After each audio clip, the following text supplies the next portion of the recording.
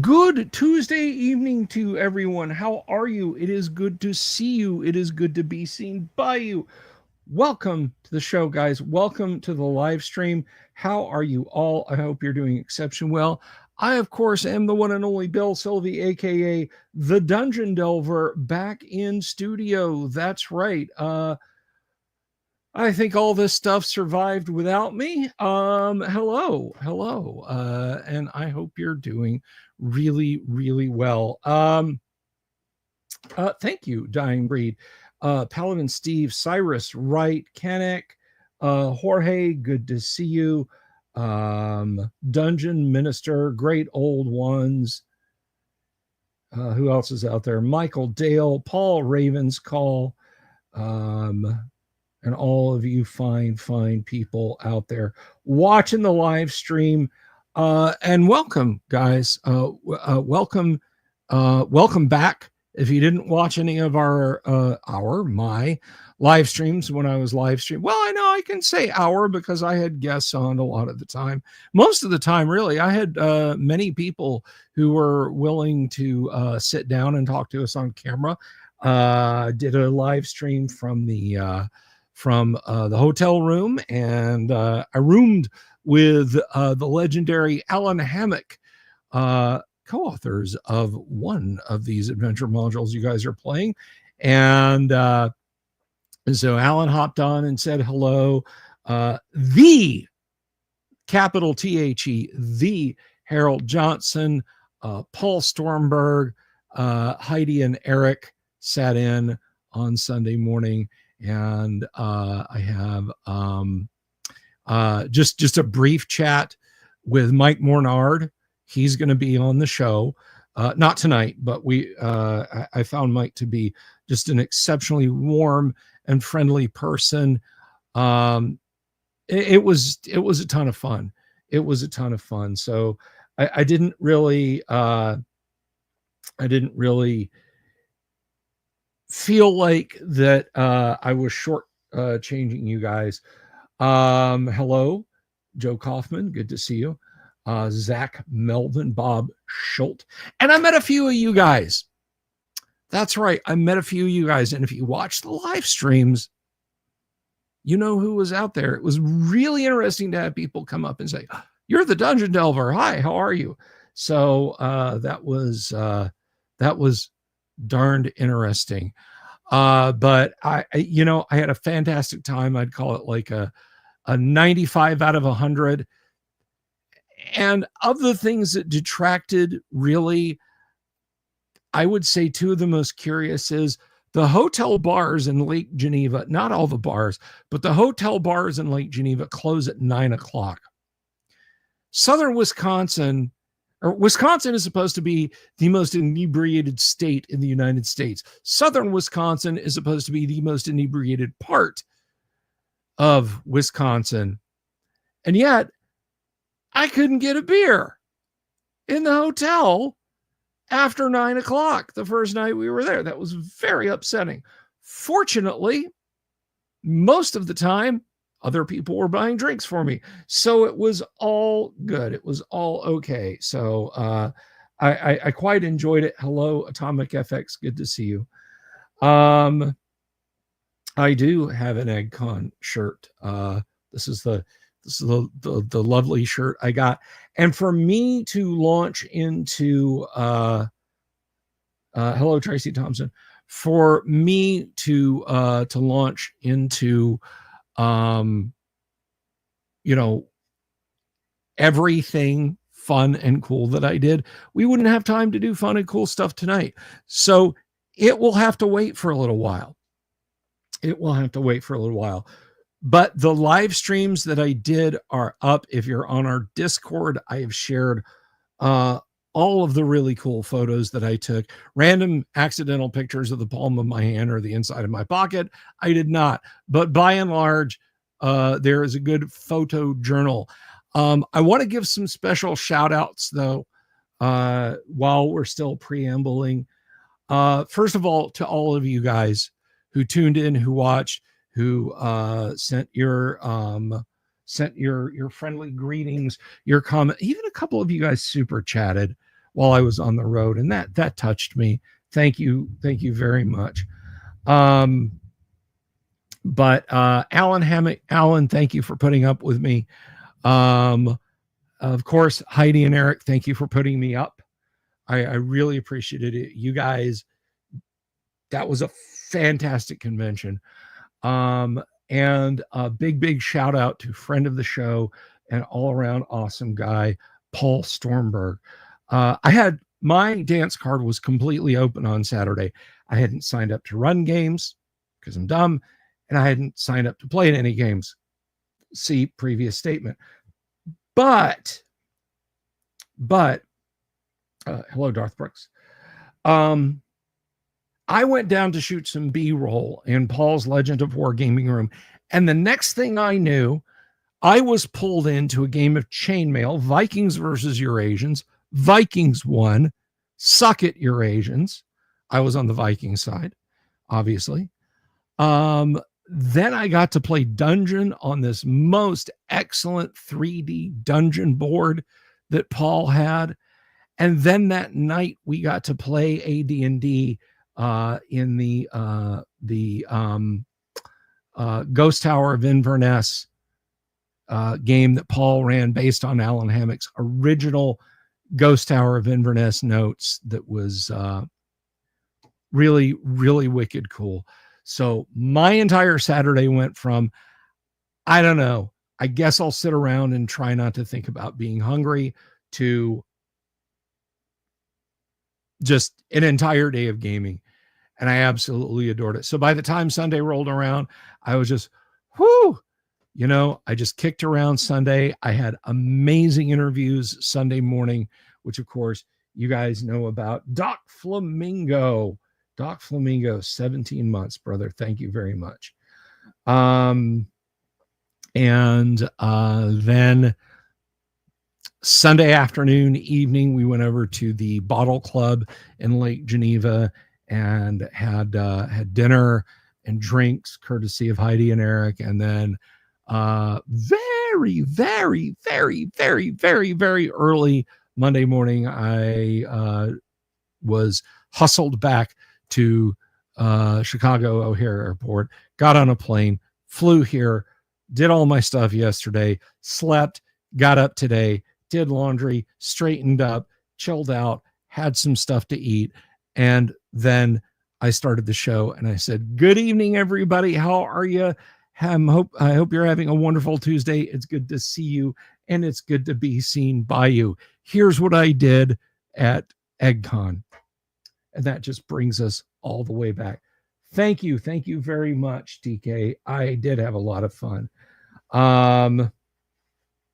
Traveling is fun for the first 3 months. Well, it was good.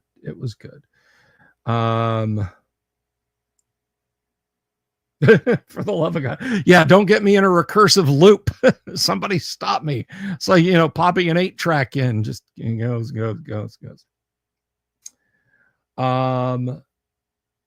So anyway, it was a ton of fun. Guys, let me tell you something.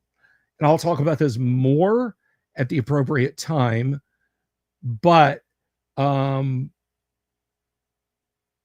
if you are if you are thinking of doing a convention in the summer, go to EggCon. It is small, but it is growing. It's small enough that you can meet people and hang out with. It's not overwhelmingly big, but I would say, like, if they keep this thing going, and there's no reason they shouldn't, like in the next 5 years, it's going to start popping off. Go now, and you can say, I was there at the beginning. So it is just oodles of fun. But now I'm here, and we're going to have more fun. There is one thing that I do want to mention. I apologize in advance if you guys can hear kind of a whirring sound. Guys, I have to have a couple of fans on me right now. It's toasty. I said I'm going to be filled. Oh, okay. All right. that merits mentioning. I will go more in depth in it. But Ron Mishkiller approached me, Ron Michelin Man. And if he's watching, he knows exactly why I'm calling him that. But Ron approached me and was like, hey, would you come to Page? And I said, my dude, I would love to, but I will tell you what I told Heidi and Eric. When I get home to Florida, I will pack up another bag and I will start walking. And I might make it there by January. Might, maybe. It's not a given. So I am going to talk to Ron at length. It is looking strongly like I'm going to go to Page in January. Pray for me. Philadelphia, Pennsylvania in January. Pray for me. Hotter than a Freet's armpit. That's a good way to describe it, Thomas. And I am heat kissed. I jumped out of the shower not too long ago.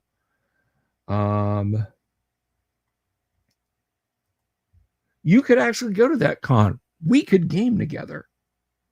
Think about that, the indisability. But we're going to game together tonight, guys, because I have returned and we are going to play some first edition AD&D because God knows I haven't played enough TTRPGs in the last 7 or 8 days. So with that said, why don't I go ahead and put on my headphones and I'm going to welcome our group of kick-ass, awesome adventurers back in. We left off last week playing the Secret of the Slaver's Stockade. We left on a cliffhanger, and we're going to talk about that.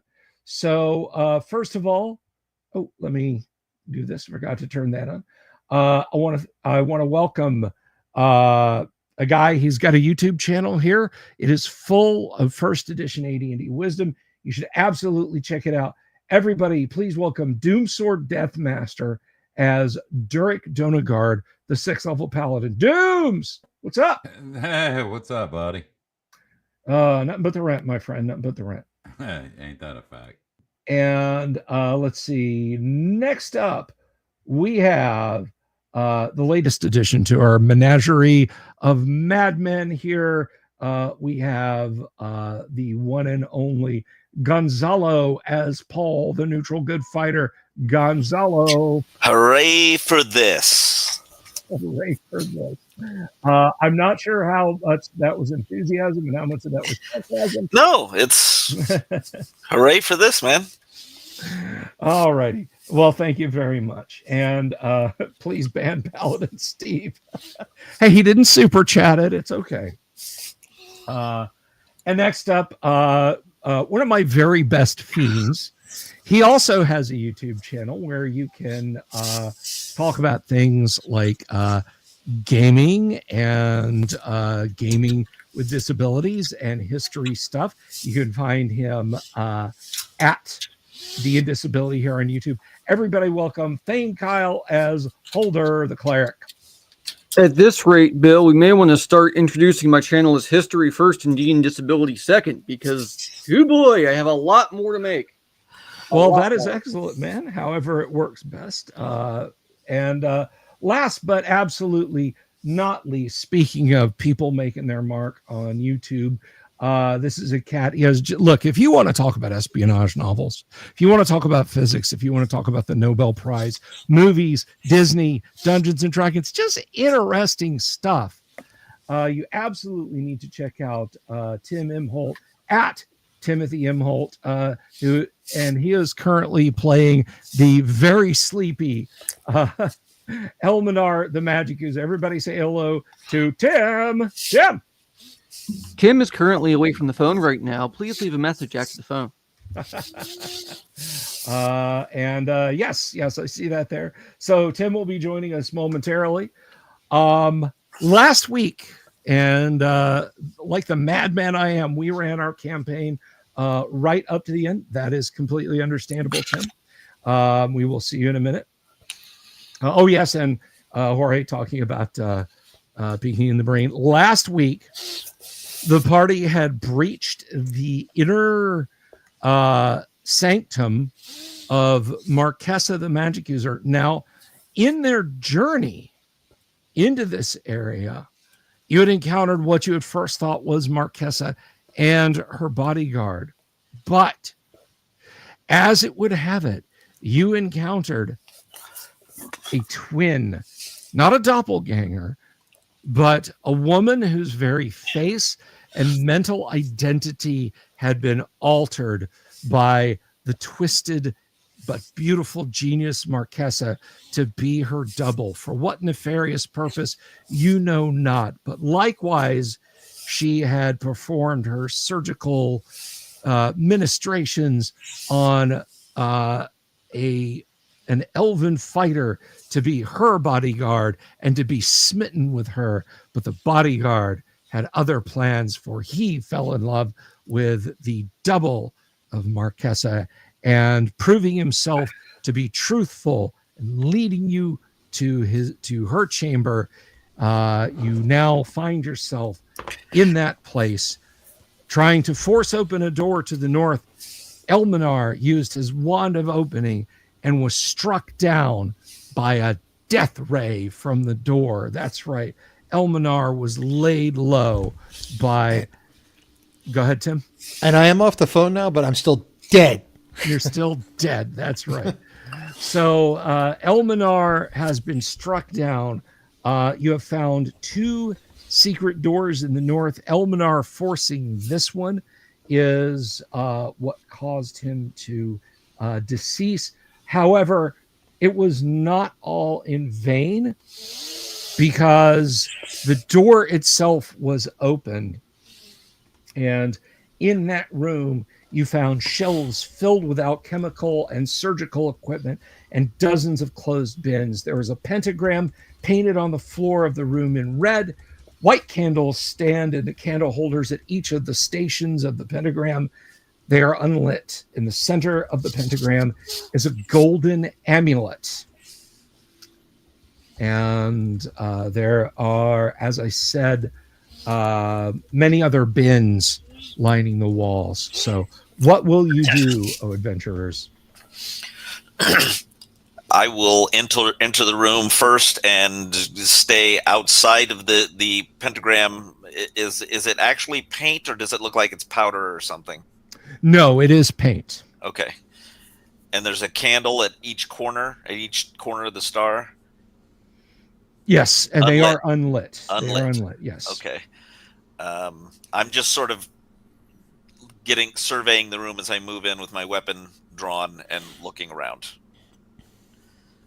Don't we have the ability to detect evil? I do. If I have my scimitar, which, I mean, I don't know if I can just do that if it's on my person, or if I have to have it in my hand as my weapon.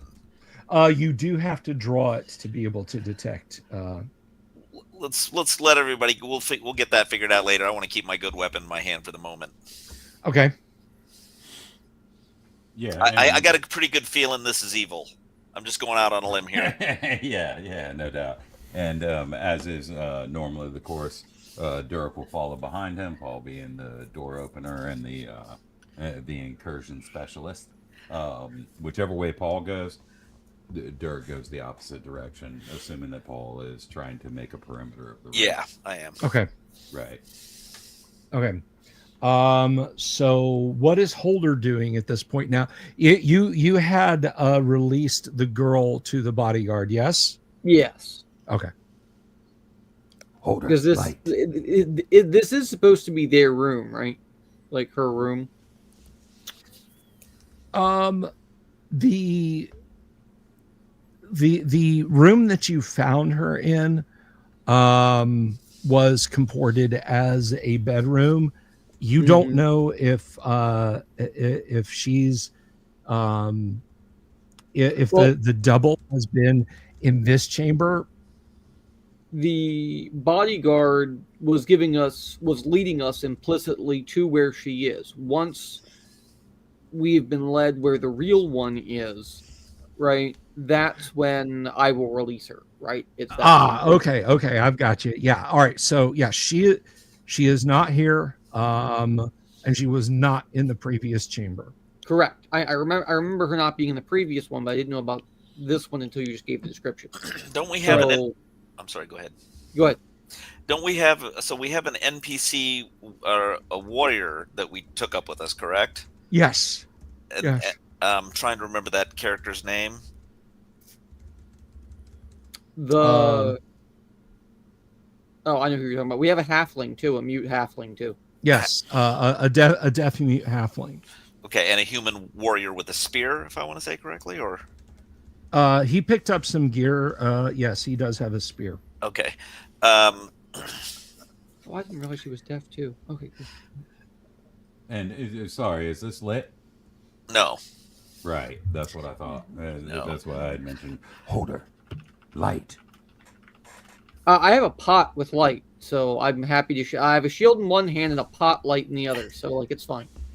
Okay. Right. I think it's better to have light and not gain the element of surprise if it existed than to not have light. Does anyone have a anything that could reach in there? Do we have a long lance or what do I have?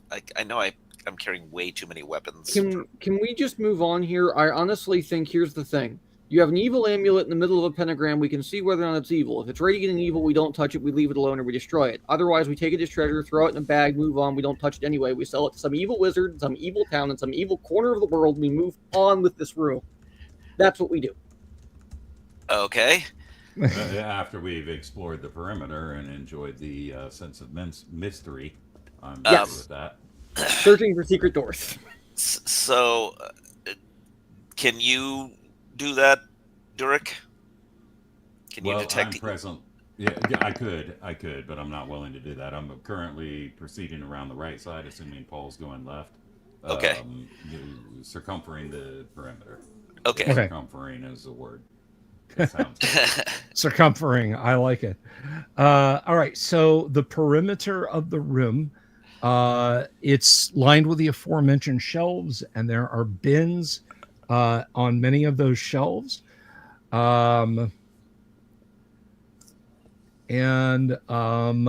You are searching for doors, Holder, secret doors, but you do not find one. Holder, are you going to check the bins? It's not really my thing as far as secret doors goes. Like I can't. But sure. I mean, I can. Well, you can either check that or being the priest, you can check the pentagram. This is devious. Yeah. Any info? Your lore craft might be useful when it comes to this. Can you tell us anything about it besides? I'll cast Detect Evil. Now that it looks like there's no threat, I'll actually switch to my scimitar and cast Detect Evil with the scimitar on the. I don't know if I can direct it just at the amulet and the pentagram separately, or if I just have to get a general feeling in the area. There is I'm sorry. Go ahead, Toombs. Also, was there an exit out of here? I apologize if I missed that. You do not see one. No. Okay, well, Durek will go through the bins on the side of the room that he's on, which would be his right-hand side. Well, and we were led into this room knowing that were somewhere Marchesa would be, so I would think that there has to be an exit as well, so I may have to search the room a second time. Okay, that's absolutely fine. To answer your question, you asked if I could know anything about the amulet or anything. There are things I could do to approach that. I have the ability to speak with my god. I can remove curses. I can dispel magic. I can that kind of thing. I can even speak with dead if the paladin would allow it, so that you could kill Marchesa and wring honest answers out of her soulless corpse. But I can't do any of that right now, right this moment, because I cured somebody seriously this morning. All right. Do I cast the Detect Evil? Am I getting something? The amulet is not implicitly evil, but the sword kind of gives you the vibe that it ain't necessarily good either. Okay. say useless and smash it on the wall. No, I just Yeah, you have to grab it first, my friend. no, I meant the sword, the detect evil yeah, well, sword. yeah, do that. No, I mean, okay. Well, I mean, are there any writing or images of any deities or anything on it? I'm not detecting evil on it. This may be this could potentially. Aren't there ways that the soul or the essence of a spellcaster can be stored within things? It's possible. I don't think that would be the case here, but I tell you what, Bill, I'm going to take the hook on the back of my warhammer, loop it through the chain of the amulet, and provided I don't instantly spontaneously combust or something, I will slip it into a belt pouch. Don't give him ideas. I'm not going to touch it. I'm not going to make physical contact with it. It's not going to touch my skin. I'm not putting it on. I'm just following those aforementioned steps. Nor am I stepping in the pentagram. I'm assuming it's not big enough for me to have to step into it. With, what, the 5-foot reach the end of that warhammer would give me, basically. If he Plus I can walks in lean. front of me, I nudge him into the pentagram. I'm just kidding, of course. Okay. So leaning in, you touch the amulet and it remains stationary as if it was bolted there. Interesting. Okay. Well, friends, it cannot be moved. I say we leave it as if it is its current cement form. I will leave my warhammer there. I will not touch it. And I will simply back away. So you're leaving your warhammer behind? Yes. Am I okay? All right. Your warhammer's fine by all appearances, but you do what you want. I'm just letting you know. Yep. If if somebody else wants to kick it away or fish it out, but Holder's too superstitious for that. Now that it has been cemented in place, I'm not going to be the one to retrieve it. I'll put it that way. Okay. Well, if he's in tune with the spirit world, so I trust his judgment of that kind of thing. If he's willing to leave his weapon behind, I'm not going to mess with it. Okay, this is a puzzle that we don't need to solve right now. So I guess if we don't find anything in the bins around the room, we'll say, on to where she really is. Okay. Yeah. Dooms, you are searching the outer perimeter of the room, looking through the bins. Yes, sir. Let's see. You find 2 bins of note. There is a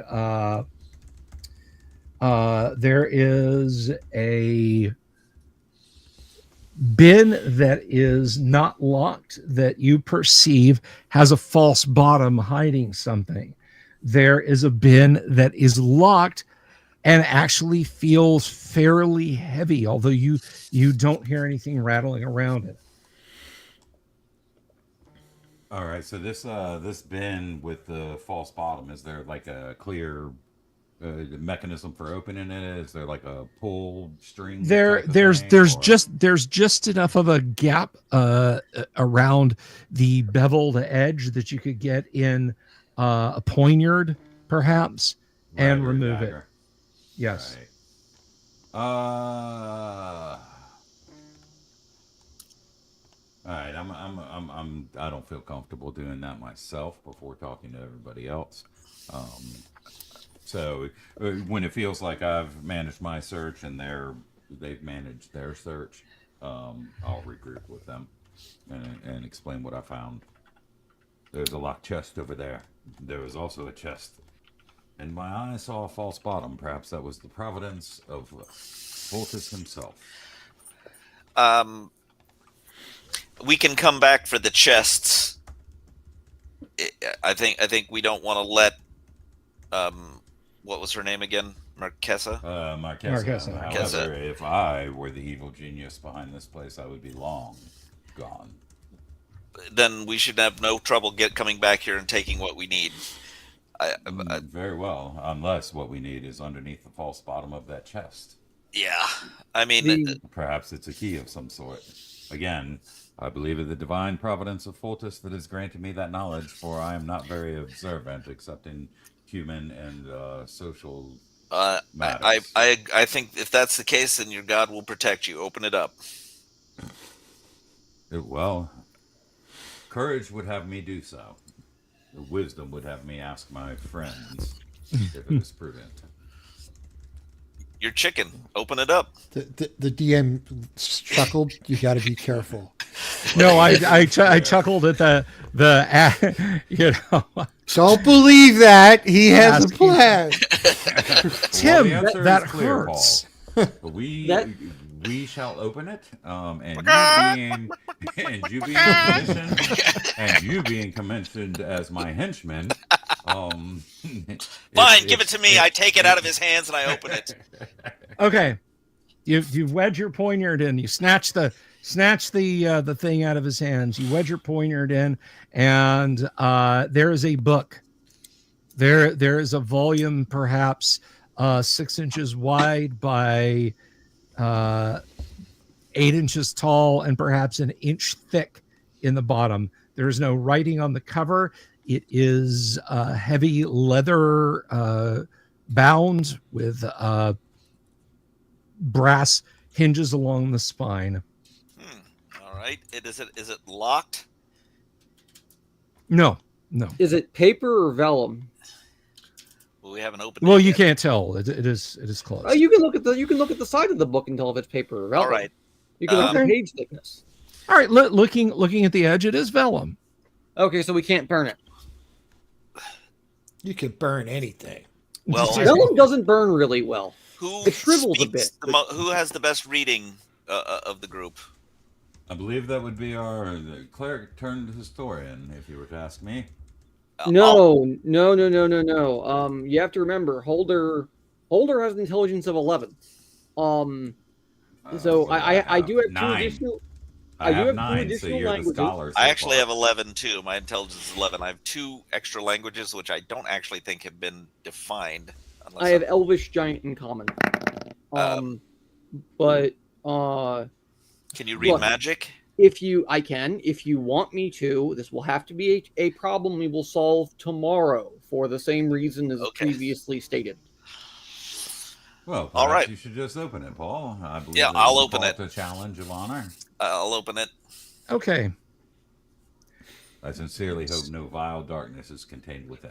Bill, Fultus be with you. Yes. before he opens it, I'm going to stop him. I'll hold the book closed. Do you have a mirror? I don't know. Then do not open it before unless you have a mirror. I do have a mirror, a small silver mirror. All right. So Excellent. I'll take his advice. So what am I to do with the mirror? Look at the pages through the mirror? Correct. Do not look at the pages directly. I feel like I'm being pranked here. No. If you want, give me if that table stretcher, Paul. Or If the you- blinker fluid, bud. if something is going to go off, usually a curse from a scroll, etc., and you read it obliquely, it doesn't hurt you. Yeah, Okay. That's what she said. All right. Well, I will take his advice. This is his area, so I will take out the silver mirror and I will open the book but only look at any writing through the mirror if I can. In a metagame sense, I've seen Bill himself use this trick, so I know it works. In a Paul sense, he's still trying to figure out what obliquely means. Yeah. If there's one thing Paul's learned is that reading books never helped him, never taught him nothing. I don't That's need what no I told reading. that teaching lady. Okay, so you open it up just enough to glance at it with the mirror. Hmm. All right, nothing happens. Can I make out the script? Let me see. No, at a glance, it appears which is all you're getting through a thin opening. At a glance, there is nothing on the first page. Well, I open it up to somewhere in the middle. I open it until I see some form of script or writing, and I haven't said anything about only opening the book. I tell people look away. I'm opening the book enough so that it will reflect in the silver mirror, and I'm looking for writing. Okay. You I'll look open at it. You open it enough to do so. Let's see. You see a flash of silver that turns into green and then to red in the blink of an eye. You are blasted for 16 points of damage.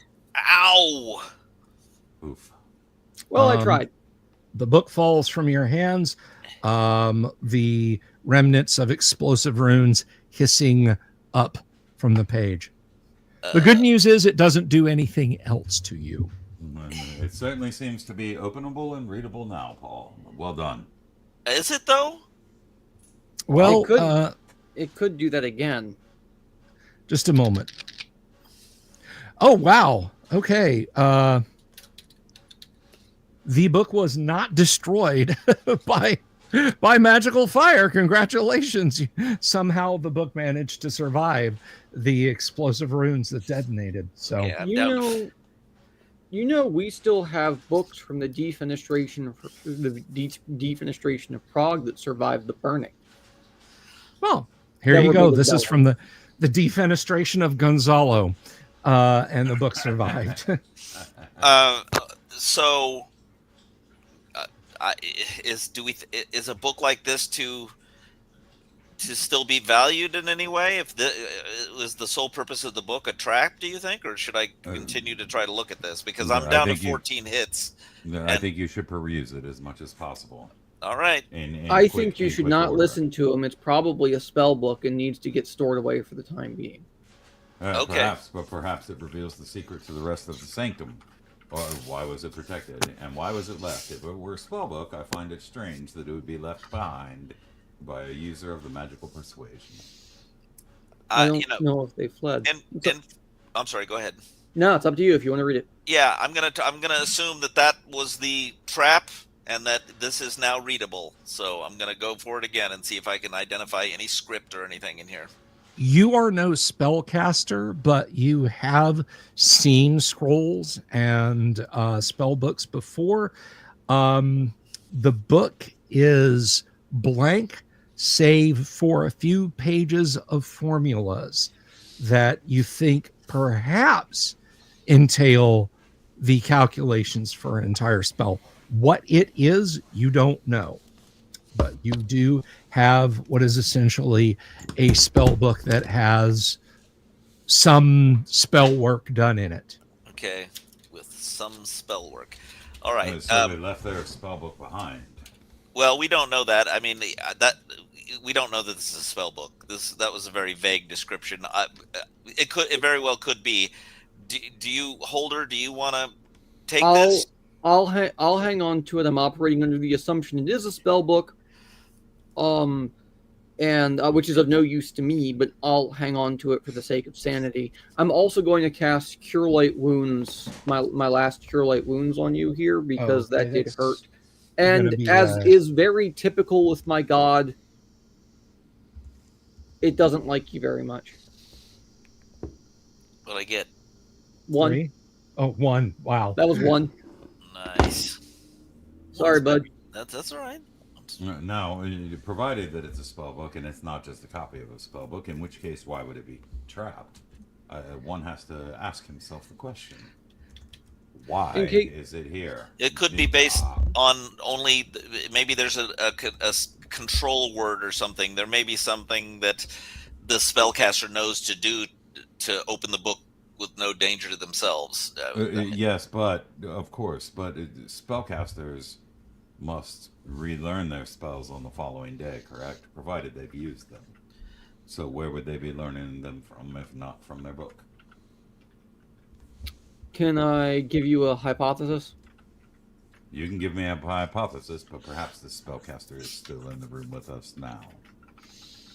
I would imagine this is probably their workroom of some sort. They left their book here. They didn't intend to leave permanently. They're probably somewhere in this complex still. And just to keep it safe from the prying hands, they hid it. Not very well, in an unlocked bin with a false bottom that was readily apparent. I mean, this may not be this person's primary spell book. Aren't spellcasters? Didn't Elminar? I seem to recall him talking about spellcasters being able to have different versions of spell books. So this could just be. I have heard lore of such a thing as a traveling spell book. I believe it is a little bit beyond our advancement, though. But I heard that the Magisters were working on it. Well, there was also a chest, right? In this room, let's see. Again, to describe, there's shelves filled with alchemical and surgical equipment and dozens of closed bins. There's the pentagram, which you guys know about, the amulet, but that is it. That they're bins and shelves. Okay, so there is no chest. No, not in this room. Okay, no. Perfect.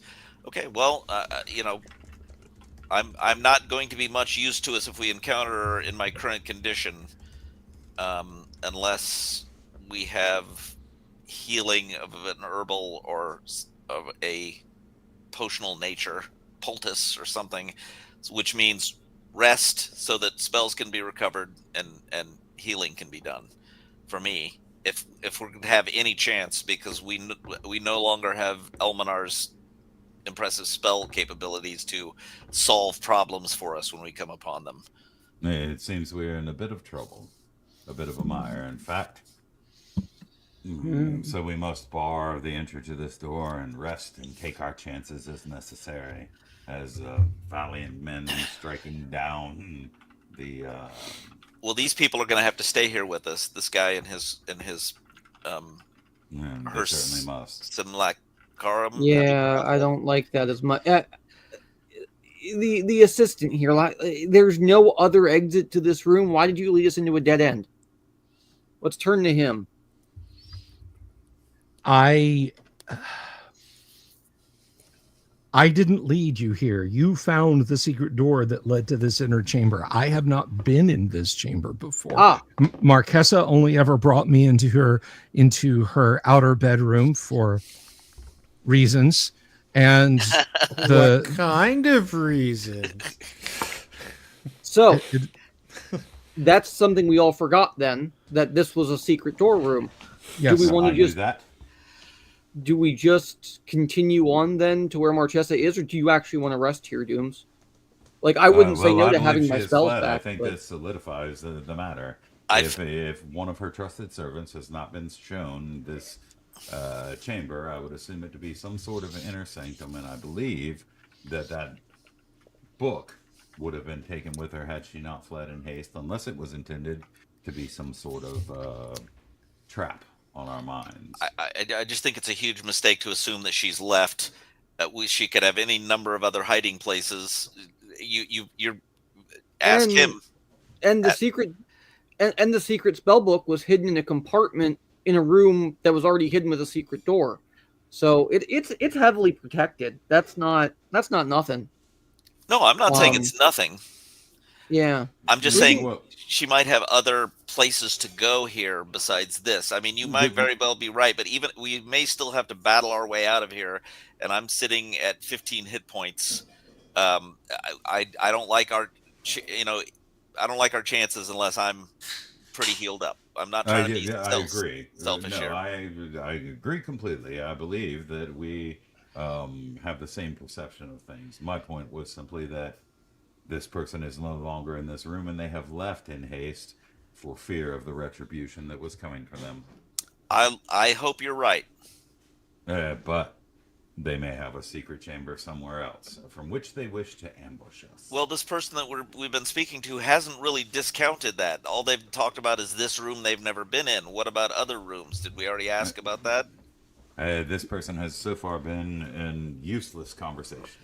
Oh no, I mean, I think that you seem to, and I'll talk to him directly. You seem to have dealt honestly because of your feelings for your friend here. Yes. I'm asking you to continue to deal honestly because honestly speaking, I think your only shot of getting out of here alive is if you're with us, and that comes more easily if you help us let us know other areas where you think Marquesa might be hiding. Well said, Paul. Tell you what, let's reach a friendly compromise that makes everybody happy. Close the secret door, lock all of us in it. I'll have my pot of light out. I can lay down some parchment and a piece of charcoal and tell him to draw me a map. If he doesn't, he has two options. He can, come with us, whatever, or he can draw us a map, take his girlfriend, and go. I don't think we want to close this secret door that just death rayed our magic user to death when he tried to open it. We can't rest with it open though. We can't. But we could do that. Right? I mean, I think we can. Apologies for any interruptions. Of course, if somebody is keeping watch. However, I would say that if this man is capable of drawing a map, he is capable of telling the truth. We still do not know. We assume that he is friend. We still do not know that he is not a deep agent of the slavery trade. So, man, what can you tell us? How do we know you're not a deep agent of the slavery trade? You were not shown this room, but what other rooms were you shown? Is there an escape route to this place? He turns and says the basically calming things to the woman, and then he turns back and he brushes his hair back and he indicates very fine but obvious scars and stitches. The more you look, the more you realize his face has been reshaped by someone or something. And he shows you his hands. He even pulls his tunic open and shows you on his chest and says, I have suffered at the end of Marquesa's scalpel until I fit her vision of perfection. And so has she. And he gestures at the woman behind him. I will spare her modesty, but I have no other evidence than that and the truth that I say. If a map you desire of this place, I will show you all of the places that she showed me. She took me to a barracks filled with goblins. I met this tall, gaunt fellow with this curved spear. On rare occasion, she would take me to the fortress above, which is a filthy pest hole, guarded by monsters and creatures of gnollish and hobgoblin type. There's a prison full of wretches. Just the gods know what she had planned for them. Crammed into cages like animals for the slaughter. Surely would pick she off had some kind of exit. Surely she had some kind of emergency escape route that you are aware of. Yes, and apologies for the interruption, Paul, but Paul is on the right track.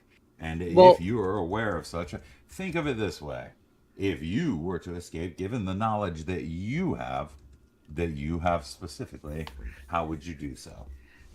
She told me that she had laid a geas on me, that if I ever left this place, I would die horribly. I don't know if that's true. Those are difficult circumstances, but surely if you could draw a map, and we will address those circumstances in time, friend, to the best of my ability. Very well. Presuming you would be able to draw a map, you would also be able to infer, if you think back, on the most expedient way of exiting the complex. From this point, are there underground passages? Are there drops into sewers? Do you know any of these things? I believe that there is a tunnel south of the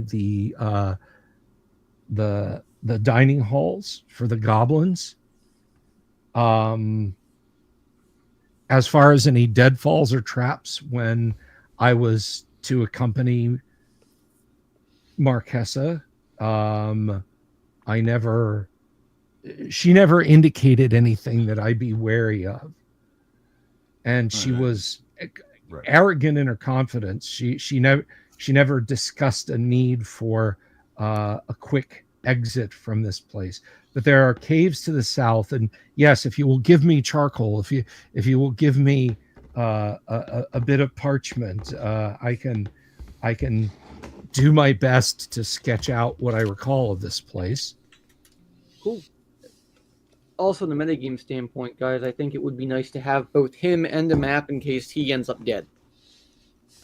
Yeah, for sure. From the, like you said, the metagame sense, my point is where exactly should we rest and how far do we have to go to escape the complex, and how far would Marquesa have to go to escape the complex? I mean, I agree. I think we've beaten down how many more of them can there be? And Also, others are surprisingly or conspicuously not present lately. Interesting question for the NPC here, though. If he's under the effect of a geese, or gash, or however you want to pronounce it, what's the completion condition? I good priest, I don't know. That's she mutilated me. I was in a haze of pain for an amount of time. I simply don't know. The person before you physically is not the person I was when she first raised her scalpel against me. I don't know what she did or did not to me. Failing to meet that condition, if she has done so, will mean your death the moment you leave this place. So you're either dead in here or you're dead out of here. It's your choice. This is what she told me. That is my assumption.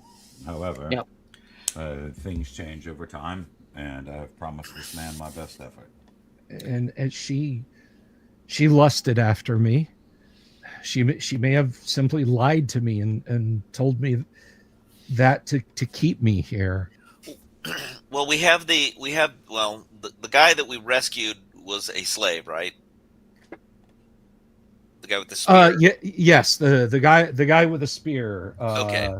So he wouldn't know. He wouldn't have any additional information probably about any way to get out of here.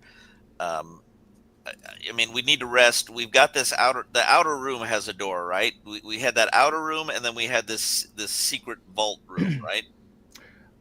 Yes, you have the outer room, and then you have the secret room. Much rather stay in the outer room and close that door than to close the secret death ray door again. Absolutely. Well thought, Paul. All right, so regardless of where you guys are going to stay, he does follow through and draw you a map. It is actually there are one or two places that he doesn't draw where you have been. But he indicates as much as he can. Like there's places he points at. He says, "I don't know what's beyond this door. She never allowed me passage through here." Okay, that is helpful. Very. And the places he's indicating are the places where you guys infiltrated the lower level. Now, one interesting thing is, again, south of the dining halls where you met the cook who took great offense at you disliking his food, that hall turns into a natural tunnel. He says there's a great cave beyond here. Well, isn't that the area where we've already been, the steam cave? Is that no. That's not what he's indicating. This is much further to the west. And like if you guys came out of the room where you encountered the imposter Marquesa and went back out into the hall and went south, that connects right up to the tunnel I'm talking about. Okay, and it's a natural cave, meaning that it possibly has there's possibly streams or caves that let out of this complex that might be that I think would be a likely area where we might find some way out. And that would be the emergency exit, in my opinion, yes. Carved directly into the rock rough-hewn, or a natural cavern fashioned by the We sands may and have to waters fight of our way time. out of here, so I still recommend we rest before we make a final charge to get out of here. Agreed. Agreed. I would fully expect that we have to fight our way out of here. Even though, by all rights, every creature in this place should have surrendered and begged for forgiveness, given the path Indeed. we've cut through this place. Or if they were not cowardly, they would have come and faced us already, for certainly we have made much noise. Right. But I have seen nothing. Cowards. All. All right. So I guess we'll have to work out a watch schedule in the outer room here that affords the cleric the most time to. I'm not sure how spell recovery goes for clerics. I'm going to need 6 hours plus time to meditate, so I can only watch for like an hour. Okay. Well, we could leave him out of the watch, right? Yeah. This is what I'm thinking. A 12-hour watch. A 12-hour watch will clear the recharge, in a manner of speaking, on my lay on hands. And okay. If he's just resting, that could potentially give him 2 rounds. Yeah, and that gives each person who does a 4-hour watch 8 hours or 8 hours of sleep, whether it's interrupted or at one time. And I'd say you need to get your 8 hours in order. Maybe I'm wrong. Maybe you don't need that to recharge your lay on hands, but Paul will volunteer for middle watch. I typically take the watch at the end. Okay, and then we have who else do we have? What other player characters do we have? We have the we're gonna have to ask the slave to take a watch. Yeah, but I think we can do at this point. I think we could probably do, because we didn't rest that long ago. It's so the lay on hands recharges every 24 hours. Okay. We've only really been traveling 12 hours since the last rest. Okay. There's been some physical exertion and whatnot, but I would think that we could just take 12 hours and split it up. 6 hours amongst you, 6 hours amongst me. All right. And let's then do it. You get 6 hours sleep. I get 6 hours sleep. Let's do that. Okay. There is the halfling as well. I mean, I know she's both deaf and mute, but she has a pair of working eyes. So yes, but I don't trust anybody overwatching this party who's not a member of this party and presently involved. I agree. What he's saying is he doesn't trust the DM. Well, that too. I am again hurt. Feelings. I have feelings. Thank you. You do? Very much. I have feelings. You have feelings? You're a DM. You can't have feelings. That's not allowed. Somebody goddamn it, EdCon. I bought some at EdCon. All right, so you set up your watches, and I have to tell you guys that it is a quiet, uneventful sleep. The imposter Marquesa and the bodyguard they sit in a corner in one another's arms, resting. He does offer a watch if you ask him. He will. He says flatly, "You have been true. You could have slain both of us out of hand at your convenience, but you have not. And you have shown, even in your desperation and your suspicion, you have shown more genuine kindness than I have seen in longer than I can easily remember. You could have destroyed us both as mere inconveniences, and yet you have not." We would not do that, and the great god Foltus would not do that. And perhaps you are coming to a point of reckoning where you are renewing your mind and understanding that the god of the sun and everlasting days of positive and pure light are of your benefit, or perhaps not. It is not mine to judge. Mm-hmm. So TK, so your first watch, right? Can you just memorize a bunch of curative spells, as many as you can, and cure me and Paul, And you if you need it. That's exactly what I have been doing. Like every day I've been down here. Yep. Right, and then your next 6 hours you can memorize what you want, right? Because I'll have my lay on hands back for combat purposes or in combat, close quarter battles, and you'll have a full complement of first through fourth. That would be ideal. So, if we can rest that long, that'd be killer. I'd have to rest for 14 hours, not 12, but that's fine. Can another 2 hours pass in that period, Bill? Yes. Or do we need okay. No, that's fine. The reason if it seems like I'm kind of hand waving this, nothing comes looking for you guys. No one comes looking for you. It is the longest and most restful period you have had since you were in the cheese curing room, which seems like a month ago. So right. So I guess that means we can do a round of curative spells on everybody that needs it, and then the cleric can pray for other spells for after when we move on. Correct? Am I understanding that correctly? Mm-hmm. Okay. That would be ideal. Yes. All right. Let's do that. Yep. All right.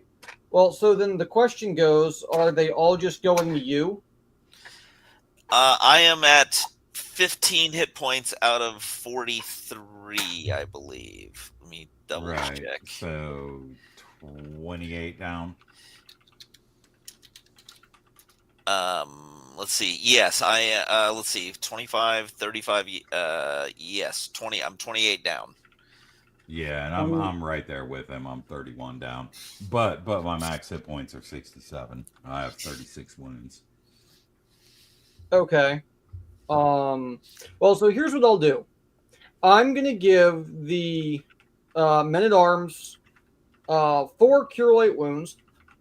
I'm gonna give Durek the cure serious wounds, and then that leaves me with a single cure light wounds for myself.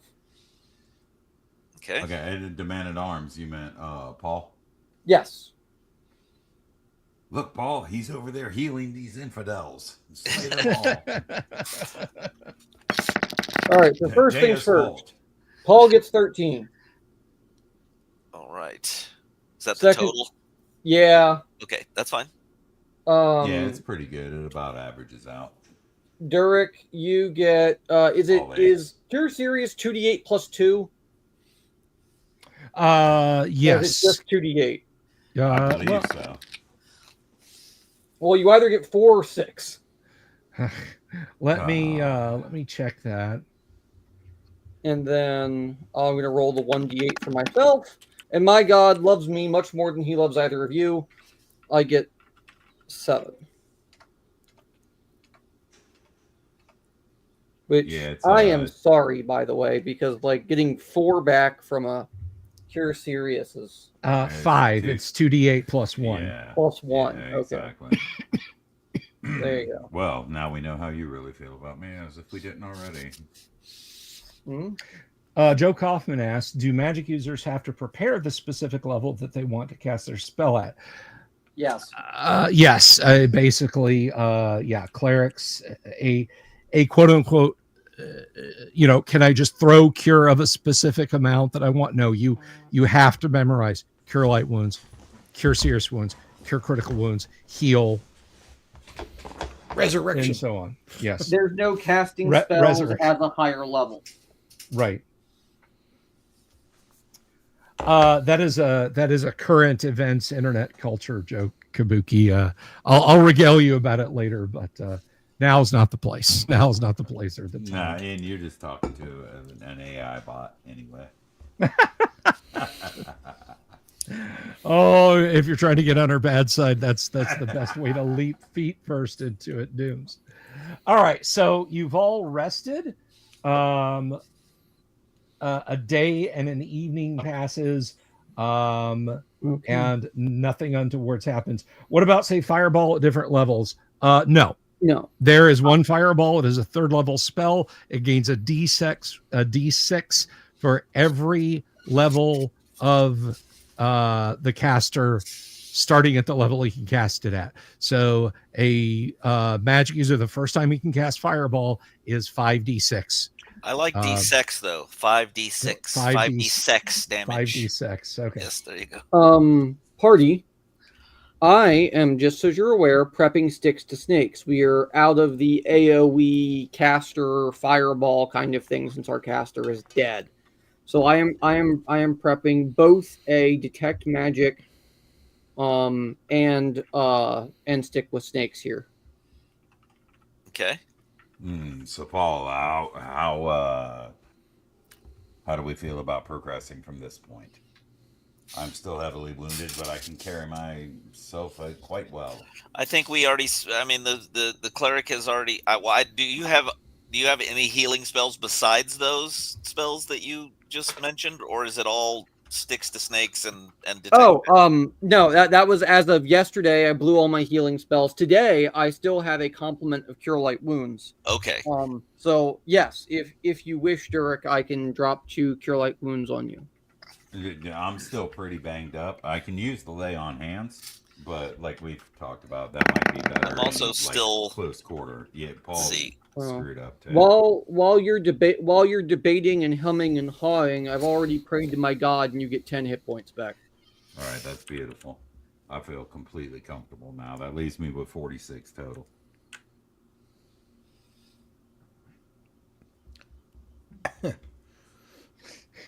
Amorous storm giant, Bill.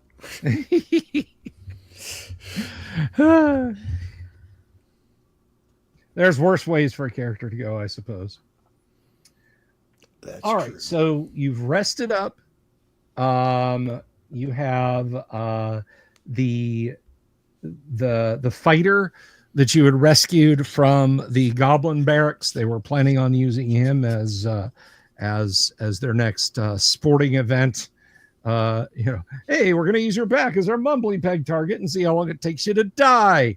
Was their intent. So, and he has a spear. He's absolutely ready to fight. Did Ulmanar have any unusual tinctures or poultices, potions on him? No, he had some rings and other stuff, but nothing that you could use without magic user assistance. Gotcha. Okay. Sorry to interrupt there, Bill. No, that's okay. That's okay. I mean, I guess we'll head out with myself and Durek in the lead and have the freed slave and the halfling take up the rear and keep the cleric and the 2 companions in the center of the group. What do you think? That's fine. That will work. If we assume that those in the rear are assigned as those that are most sympathetic. I would hate for someone in the middle to get stabbed in the back. I think they are. I agree. Okay. I will go ahead and before we head out, I will retrieve my warhammer since it's been so long. Nothing evil came out of the circle or anything like that. Nothing evil came out of the circle. So you step over there and get your warhammer and fall to the ground. Excellent. He kind of slumps to the ground, yawning, and is now snoring lightly. Can we wake him? Do you want to go over there and give him a shake? Right, we would have to go there, wouldn't we? I didn't necessarily think I was stepping in the circle, but go off. I've seen such magics that permeate the area without until they are constrained. What if we try lighting the candles? Also, crazy. Hey, crazy you're asleep. Shut up. You're asleep. Well, no, I'm reminding the DM here. Crazy point. Yes. I have a 30% resistance to sleep spells. You know what? I think that's a fair point. I figured I'd. Yeah. Okay. Well, actually, so 2 things happen. He leans over in and grabs his warhammer. All 5 candles spring to life. Then he yawns and falls over. Okay, well then Fair cop. we'll try to blow out the candles without touching anything or stepping in. Just blow them out. Okay. So these candles are still lit, and so he reached down. The They candle lit burst when he. up, Yeah, right, and they didn't die down. I don't know. That is correct. Okay. Roll a d6 for me. Tim, you've had little to do tonight. Roll a d6 for me. I'm not sure I'm going to be much help, but there you go with a 1. Well, that's okay. That's okay. Holder's foot is well outside the pentagram. From Okay. like a goodly portion up his shank out up his shank is just out of the pentagram. And like I said, he is breathing deeply. He is in a slumber. We'll ask the halfling and the look. You're not getting out of here unless you have our help. So we're gonna ask you to try to move our friend out of the circle. Yeah. But You're talking about the warlord Genghis Khan over there with the spear? Yeah. Yeah. But I want to blow the candles out first before we do it. The candles will not blow out. They won't blow out. They will not blow Okay. out. All right. So let's see if one person can pull. Let's have the halfling try by herself. It's a female halfling, right? Yes. Let's have the halfling try. I've heard they're incredibly resistant to magic. Let's see if she can at least touch him and try to pull on him without anything happening. She is leaning into pulling. She watches your lips very carefully, and then she looks over at the pentagram, and then she looks at Holder and nods, and then she grabs Holder's ankle. She has got her bare feet braced outside the pentagram, and she is tugging as hard as she can, but he's moving along at like a 1/16 of an inch. Okay, I'll start 30 helping her seconds. once that happens. I'll just start helping her. Yank. Just shake. Thank you. I try to sign to her. Thank you.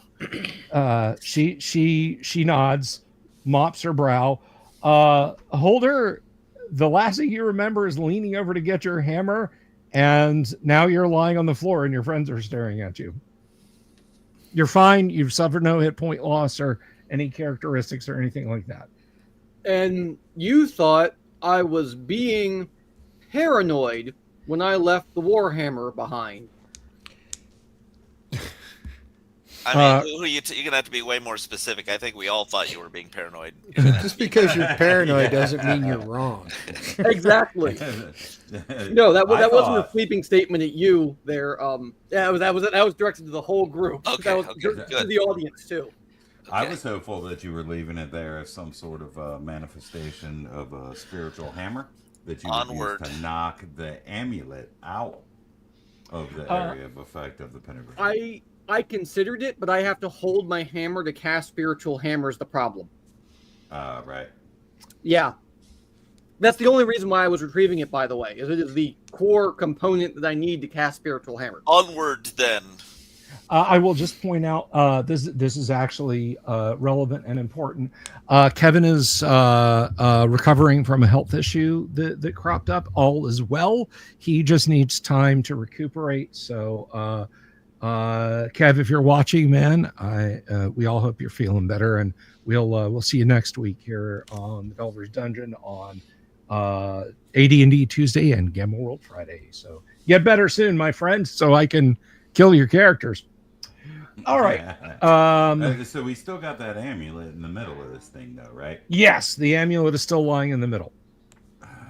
Do we just want to go in and then come back? I mean, it is a matter of interest to me still, and even confirmed more so now, that no one has attacked us. Either this room was unimportant to begin with, or everyone has fled. Or an ambush lies in wait of us. Yeah, I mean, it seems we could take as much time as we wanted to. It seems that way. That would be good from a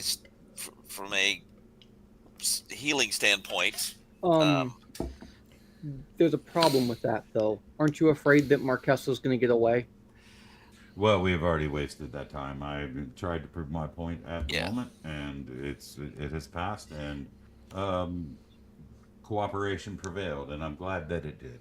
Just because she's left this area potentially doesn't mean she can't still be tracked down. We will track down the heavens and the earth and split mountains to But find her if we must. she's had 14 hours to move on. If she's leaving, she's well on her way already. Indeed. Yeah, correct. Stepping into this thing only puts one to sleep. Well, Apparently, it could at least thus far. it could just put me to sleep. It could kill a human. It could turn a dwarf into a gnome. But frankly, we It don't just know. put you to sleep, which sounds like the least of our problems. So perhaps Pretty we much. tie a rope around you and send you in to retrieve the amulet. Well, I have a better idea. The amulet wouldn't move. Remember, we tried to move it, and it would not Right, move. and it's buried in stone. Well, it's stuck to the stone like glue. Yeah, you don't have no transmute rock to mud or nothing like that. Do I look like a high-level wizard to you? Yes. What about what is it called? Isn't stone shape or something like that? Don't you? Have Not something not like at that? my level. I'm already extraordinarily high level for a half-elf cleric. Normally, half-elf clerics can't reach my level, but we've made some Alright. very polite I would polite have thought stone exceptions. shape was round fourth, but No, I suppose No. not. no, I have lower water instead. Oh yeah. It's great. Should have played a druid. You Do could've still been a did the pacifist. candles go out when he was pulled out of the circle? By the way. Yes. Okay, so here's another possible thing. We could allow Holder to Well- reach. Go ahead. I didn't want to have to do this. I can cast Dispel Magic on the amulet. And I would have asked that, but I would have thought that I would have already been told. I mean, whatever you think is best. This is probably your area of expertise. What I would, so yeah, I think that's probably the most likely thing to work, assuming the amulet is the thing and not the circle, keeping it pinned in place. Just so we're clear, you mean dispel in the sense of canceling, and thereby foregoing any of the danger of this problem in the first place. Yes, provided I don't have to touch it, or I could dispel whatever spell is binding the amulet to the floor.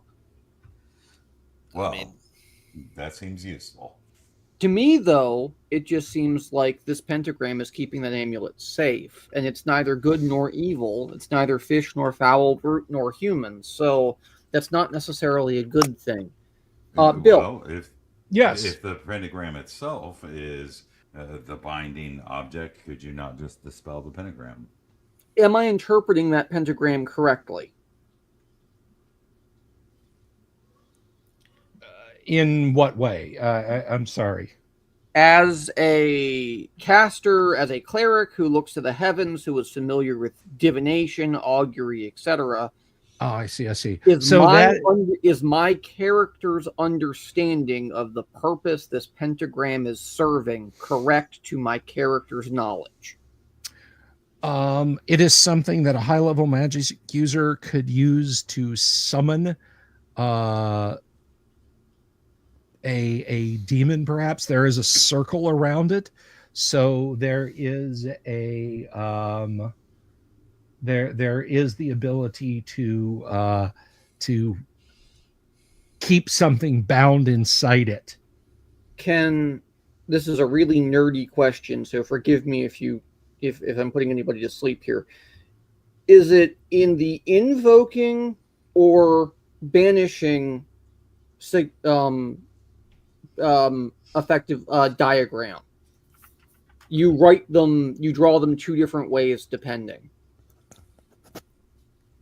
All right, so let me. That's let me not look a at this. D&D question. That's I practice hermetic magic as my personal as part of my personal religion. Well, this is a D&D thing, so we're not really gonna, in D&D, a cross repels vampires, but there's no Christian god in. Yeah. Well, that's why I'm asking. So, would I know? let me see here. Besides, I never get to use my hermetic knowledge in my daily life. It's really fun.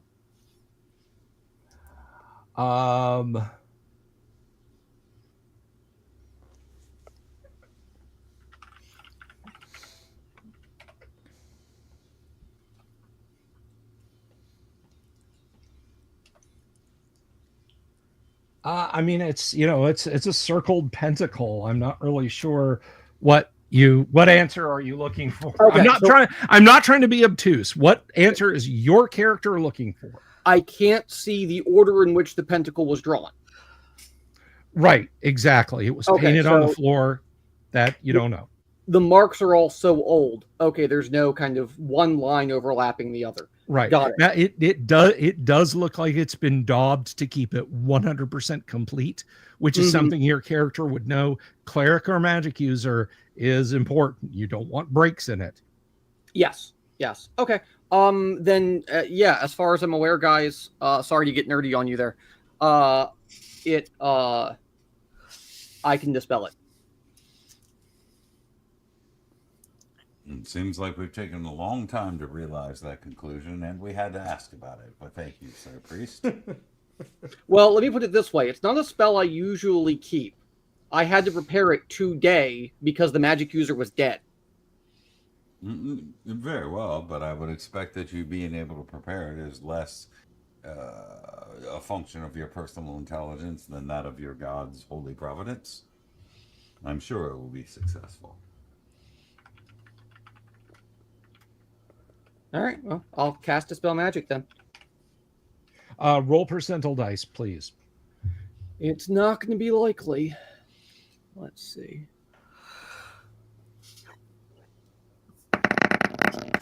Well, that's not bad. That's not bad. Let's see. Let's have a gander. I'm 7th level. You are 7th level. That is all right. So significant. I believe. I mean, it's not. For You as well. All right. Let give me a hot minute here, okay? Take your time. And I prepared Dispel Magic instead of Continual Light today, guys. We've go. nerded this room up effectively, Billy. You're going to have to look this one up. All right. Okay, so let's see.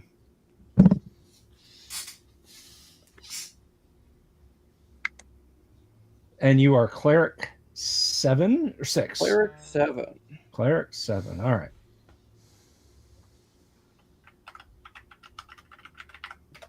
Which, as I said before, normally I can't hit that high, so I appreciate your flexibility. Not a problem.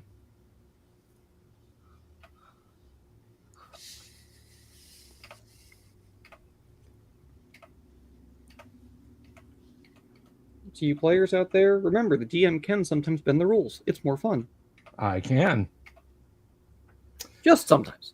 All right, so let's see. The base chance is 50% for every level of experience of the character casting and dispel magic above the creature. It is 5%, so I know what that is. Base chance increases by 5. All right. There is a faint ping, and you think you see the amulet maybe shift like just a fraction of an inch. Okay, somebody go and touch it. How about your new spearman? Tim, do you want to? Paul will go grab it. Not with your bare hands. With what? You have gauntlets. Gauntlets, dagger, push fish it hook. off the stand. Go touch it Just with the push it halfling. off. Shove the halfling into it. I'm sure it is quite durable, and if it shatters, perhaps that was the outcome that was decided along by the gods long ago. Okay, so I will take a pouch that I have, and I will kind of try to scoop it into the pouch without touching it directly. Okay, you've got it. All Do right. you continue to stand there after you pick it up? And I walk out of the circle as quickly as possible. All right. You have it now. You can feel its weight. All right. I've not seen such bravery, Paul. Not in a long time, at least. That is courage. A courage of the conviction Uh, associated with worship of Fultus. didn't you see me break that locked door and take a poison dart to the hand? I'm clearly immortal. Well, perhaps you are. If you are immortal, as is Fultus, I see a battle in your future, the one which you are likely to lose. Oh, if you ever do, just as a heads up, if you ever are poisoned, I want you to do something for me. I want you to stick both your arms straight out and fall straight backwards before you die, because that way I can cast neutralize poison on you. If you're just dead, do not stick both arms out like a mummy, like you're trying to fly like Superman. Okay, got it? Got it. Gotcha. All Unusual amulet. Indeed. Okay. Now in your possession, and hopefully it is not cursed. I Hopefully. trust you have the moral and ethical conviction to resist such a curse, and the wisdom, hopefully, imparted by me. We'll find out. Where to now? Well, you said we have all the time in the world. Apparently, I would say let's do another round of healing if we can, and then be prepared to get the hell out of here. Sure, as you so astutely pointed out, anyone who wishes to have fled will have fled long ago. Yep. All right. If that's what you want to do, I'll prepare another dispel magic just in case. It's good to know as well, for this will be a fortress flying the banner of Fultus before long. Would you, real talk, would you rather I prepare or remove curse and you try and figure out what the amulet does, or do we want to wait to have it No, identified? I'd rather have the hit points to get out of here. Yeah, absolutely. That's, I mean, remove curse instead of dispel magic. A third level spell's a third, but like my second and third level spells don't do anything to heal hit points, guys. Yeah, well, what's a remove curse going to do for us? Potentially save you if you've done something stupid. That's about it. Yeah, and we probably won't know if we've done something stupid for a bit of time. So I would say if you have anything offensive at the third level, would be my perspective on it. I would take that. Something that's crowd control, or No, I'm a cleric. No, I can create food and water if we're starving. I can dispel magic. I can pray. That's my third level. I can blind one person. One. Prayer is pretty good though. Yeah, well, I always have prayer on tap. This is what the other spell would be. The blind sounds pretty useful. Continual light is nice, but hold person works on 3 people, and that's a second level spell. I keep 2 of those. I keep a spiritual hammer. I keep a chant. I keep a silence. My 4th level tends to be sticks to snakes. I prefer that. And yeah, I still have 2 cure light wounds and detect magic left if you guys want it. So, Derek, you said you're still down, right? I am. I've been more concerned with. Right. So Paul's at 28, and I'm significantly more than that. Okay. So Paul down. Paul, my God, 46. loaded you just as much as he did yesterday. You get 5. All right. Was that 2 cure lights or? Yeah, that was it. That was Okay. it. That's all my cure light gas. I'm up to like 70, almost 75% of my hits now, at least. So. All right. So are you guys moving on now? Yes. All right. The bodyguard asks if he has fulfilled his obligation to you. And what, you would wish to escape on your own? No, he is literally asking if he has fulfilled the obligation. Right, but what are the consequences of having filled the obligation? That means you're free to go? It is our... No, I don't think I'll ever be able to leave this place, but...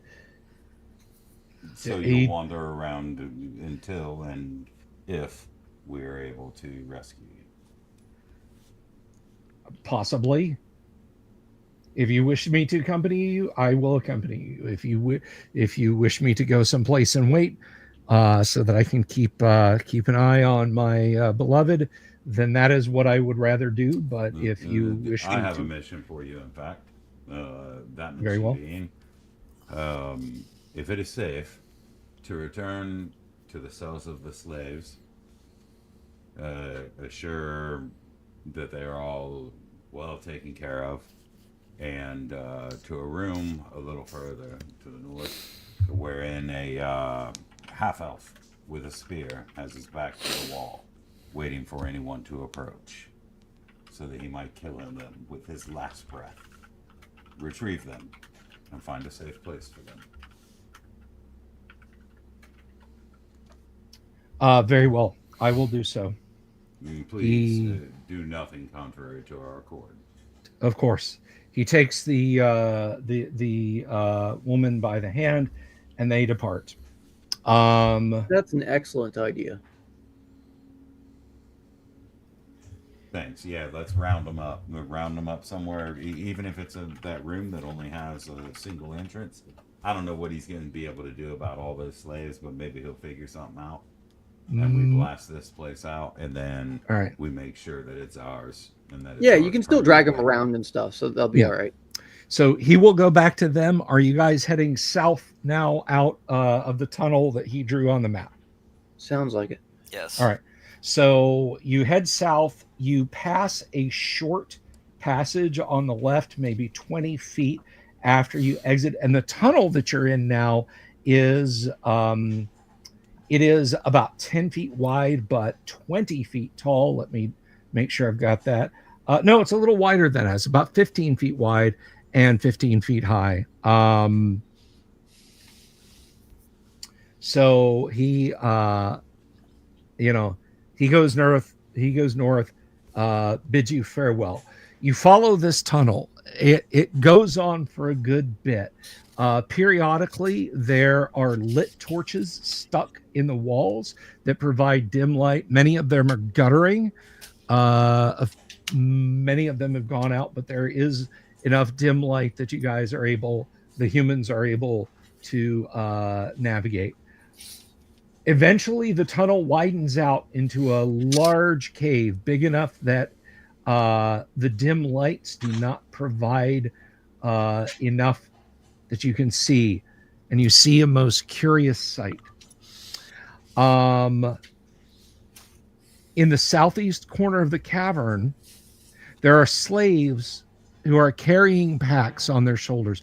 They look as stupefied as all the slaves you have seen thus far before you have somehow been able to bring them out of it.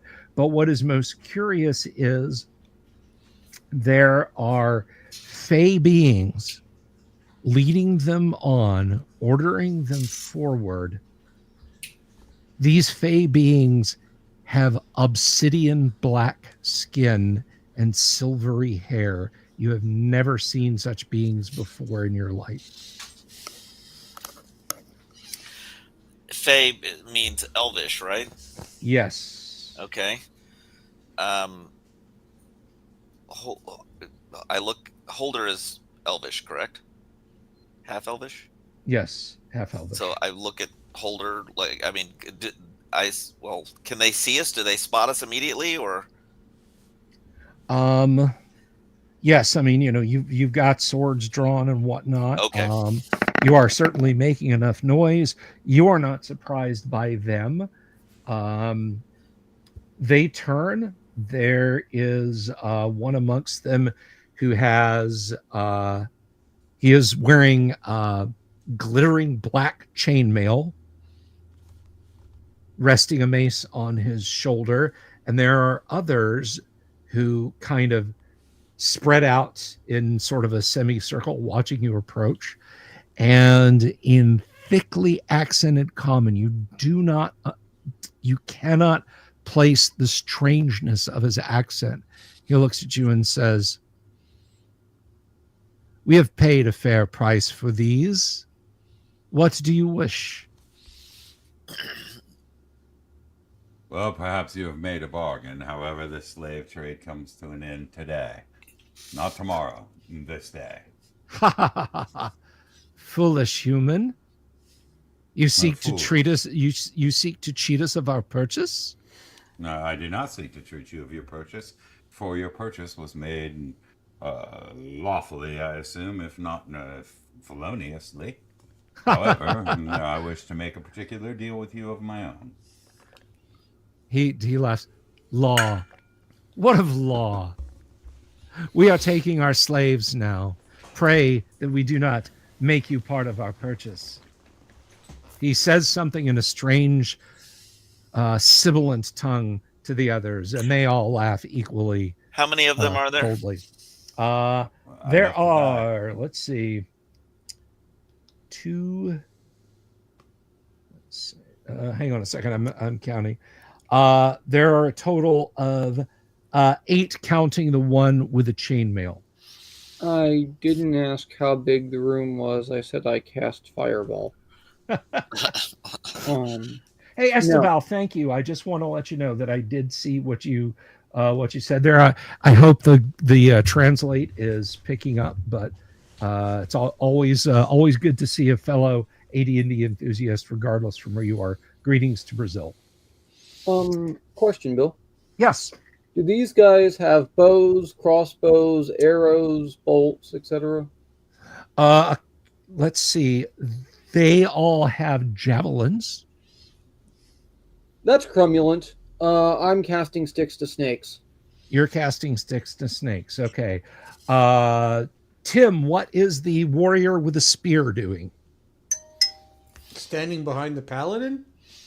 Okay. Paul, what are you doing? This room is open up enough that any melee, you guys are going to have to move into melee. Right. How spread out are these guys? Say maybe across like a 20-foot wide space. They're kind of trying to stop you from getting to what you can see as a tunnel to the southeast, where they have ordered these pack-bearing slaves to Where's go. the guy with the mace? Is he in back or in front? He is in back. Okay, I'm going to charge right at him, ignoring everyone else. All right, so you're charging with a capital C. How about Holder? Bill. Yes. I'm casting sticks to snakes. Oh, I'm sorry. Yes, you're casting sticks to snakes. What about Durek? Paul. I clearly have to share in the valiant slaughter of the evildoers just as much as he. So I must charge. Okay. Let's go ahead and roll initiative. And I feel, again, like Tim has not got enough playtime tonight. So, Tim, roll initiative for us, please. As we're charging him, like we should both make for the leader. That's a good idea. Agreed completely. I'm there on the flank. This 4? way, I follow Paul. Just slightly behind on the flank, whichever side it is. I'll follow the paladin in, by the way, but I rolled a 4. Okay, you rolled a 4. All right, so for determination of who hits first in charge, initiative doesn't matter, length of weapon does. So you guys charge in. We are going to do a split move and fire. They are going to each throw a javelin. So there's going to be a javelin at the man at arms, a javelin at Paul, a javelin at Durek. Holder is casting sticks to snakes. Let me see here. Do you know how many segments sticks to snakes is? I have it here, Bill. It is 7 segments. It is 7 segments. Okay, so the first missile fire of thrown javelins will go before they become your snakes. So I assume they have multiple javelins. Like they all probably have. They have a couple each. They have a couple each. So they're gonna get. So they're. You know what? Let me see. I don't want to just be. All right.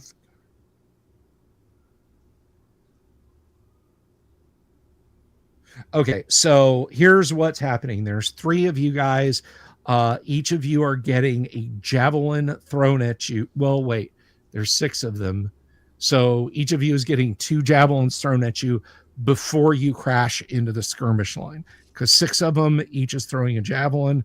So we're going to do 1, 2 at the man at arms. Neither of those hits. They both fly over you. 1, 2 at Durek.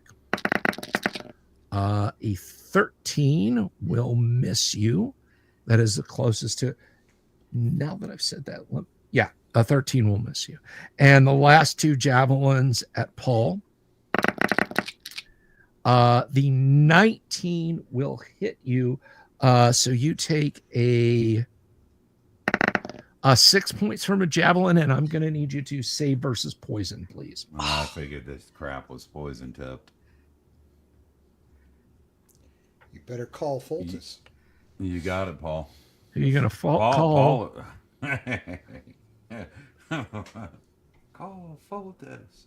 Who you want me to roll? You, yeah, Gonzalo. You Wait, need to save versus. Both of them missed me. You said the man. No, I rolled a 19, dude. Oh, I thought the man at arms was me. No.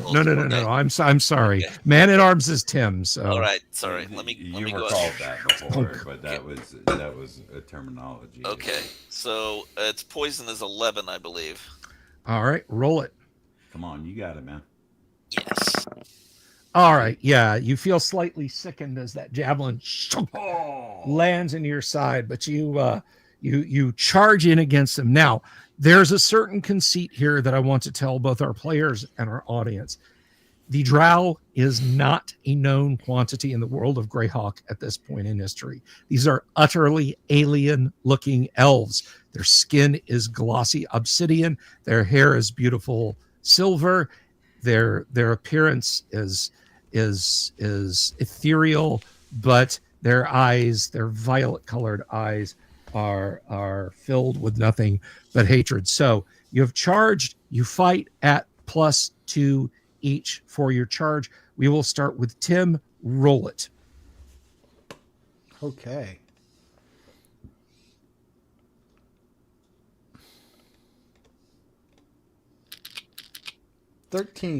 A 13. This guy is fighter 5. So let's see. 13. Let us see. I don't have my bookmark set there, so let's just go over here. And combat tables. There we go. You guys have no idea how many times this weekend when people would say, okay, my THAC0 is, and I'd say, nothing. Your THAC0 is nothing. I have a table. I'm fine. Thank you. All right, so Is it Tuesday already? This is Tuesday already. Tim, that will just connect. You land a blow with your spear. These are man-sized targets, so that is going to be a D6 that the man-at-arms strikes for. 5. Nice. Oh, he felt that one. The spear point sinks in, and he hisses in hatred. So, all right.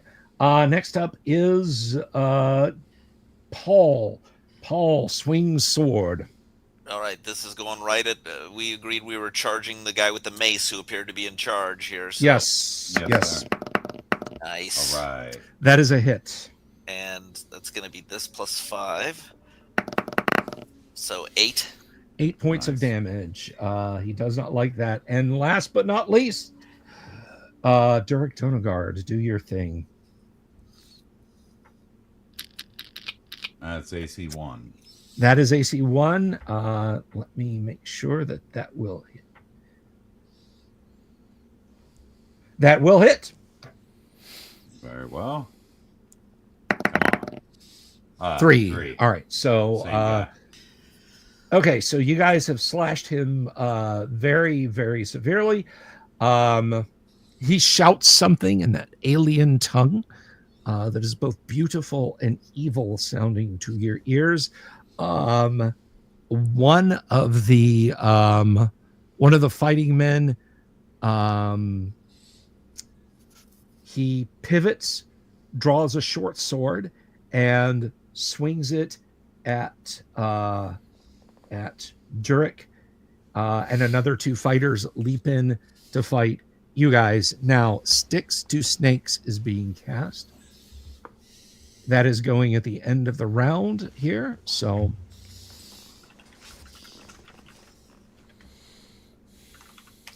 Sticks to Snakes, far less desirable than Sticks to Snacks, which is very good. So range is 3. Let me see something here.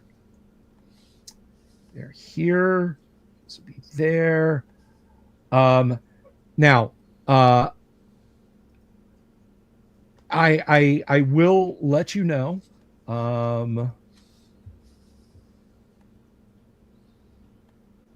Oh, hey, it's Wave Mutilation's been a member for 24 months. And happy birthday to Christopher Sims, to you and to your son. All right, so it is more than 30 feet distant, but you would know that so you don't waste the spell. I will absolutely allow you to retcon and spend a round closing to cast it in the next round if you want to do that and have not wasted it. So, Holder, Whoops, you can. sorry, I'm on mute. No, that's okay. So I can target the javelins that have been spent. The ones that are in our friends, around our feet. They're within 30 feet. they are in the far corner of the room. They are further than 30 feet away from you. Mm-hmm. Well, so as long as I have sticks to create the snakes, I can just create the snakes and command them. Right?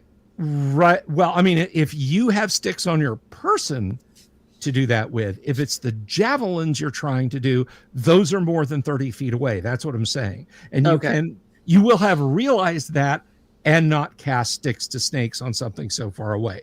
So if you want to spend this round moving up and then cast it in the next round, you can do that. I can just use sticks I have then. That's fine. Okay. If they're out of range, it's why I keep a bundle. It's not like they don't have to be big sticks, they can be willow rods, you know? Sure. Okay. I just didn't want me to go, haha, they're out of range. Next. Nah, right, so you got a bundle of sticks basically. I tend to keep one on me, whether it's torches, willow rods, whatever. Right. Frankly, I like to use spent arrows because arrow shafts are just those. Sure. You know. Okay, so go ahead and roll for any venomous ones while we get declarations on the next round. Tim, 35% chance. You are locked in mortal combat with these obsidian black elves. I'm guessing you're continuing to try and stab one of them with your spear. I'm stabbing people or all right elves. All right. Two of them are going to miss, Bill. Gotcha. And Gonzalo, Paul's going to melee? Yes. Still going for who appears to be the leader here. Okay, and that leaves Durek into the fight. The same thing. Let's go ahead and roll initiative, and we are on you, actually, Dooms. Roll a d6, please. Very well. A 4, a mighty 4. 4, the god of thunder. Dexter Fest, my friend. Ooh. All right, so short swords and daggers will go before your weapons. So this fellow in the silvery black cloak and black mail pivots around and slashes at you with his short sword, Dooms. Alrighty. Never again will you see the sun. I thought he had a mace. No, the other guy with the mace hasn't attacked yet. Okay. Gotcha. So 9, that becomes let's see. Well, I have to consider I have that protection from evil. That's right. So it's flat. It's flat, and that will miss. And my base AC is 0, and also that's why I followed Paul in, because I didn't want him to fall out from under the protection of Fulgus. All right. So the guy with the mace swings at Paul and misses, and one of them. Let's see. One of them slashes at your erstwhile companion and absolutely misses. So that was Merchant, Captain, and one of the others. So that leaves 5 more. So this is going to be, we'll just start back over, Tim, with your man arms.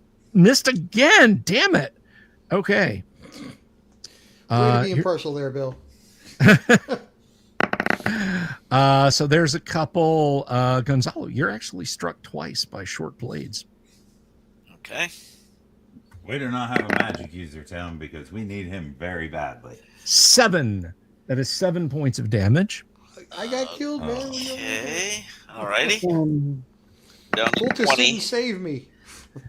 All right, and both of those. Actually, it just should have been 1, but so Doom's Durek is missed.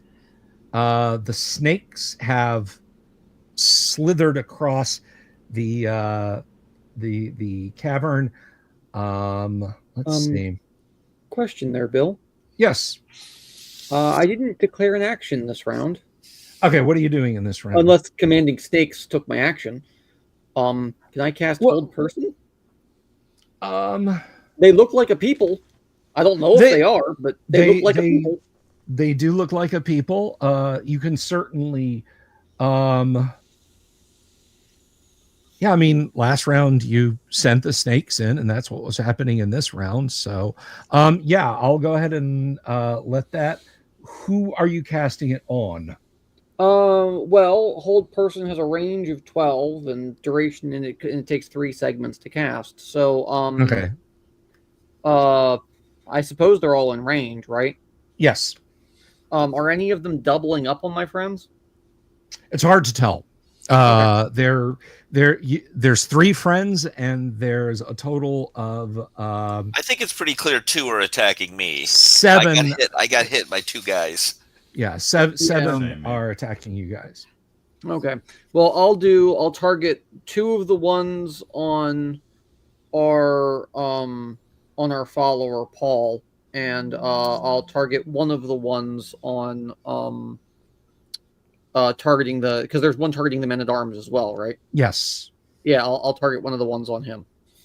Alrighty. So let's see. We'll see if it works.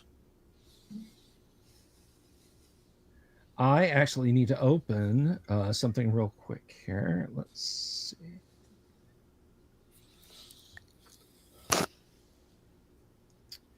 Am I gonna have to grab? Yeah, I'm actually gonna have to grab a copy of Fiend Folio, guys. Yes, you do. Yes, I do, because I need to know something for sure about. Do they have spell resistance? Do they count as people? Exactly. Yeah. Yeah, what a MR of. By the way, all of you lovers of the Fiend Folio out there who just think it's the bee's knees, and I've had people look me in the eye and say straight-faced that it's better than the Monster Manual. Alan Hammock disagrees with you.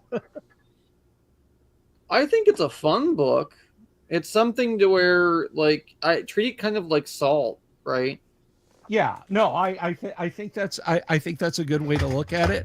I'm of the mindset that the really, really, really good stuff came from D&D authors, but the majority of it, as I've said before, were entries sent to White Dwarf by enthusiastic adolescent D&D players, which doesn't make There's it a good. bunch of those. I had a White Dwarf magazine. I don't remember which one it was, but way back in the day, somebody had created and I just remembered this now. Somebody had created a 10th level magic user spell that was I can't remember the name of it, but they were like, this spell basically destroys the universe. I personally put Fiend Folio on the same level as Monster Manual. I don't think either one's better than the other. They're just very different things. Yeah, there's a bunch of goofy creatures in there, but there's a bunch of incredible creatures in there.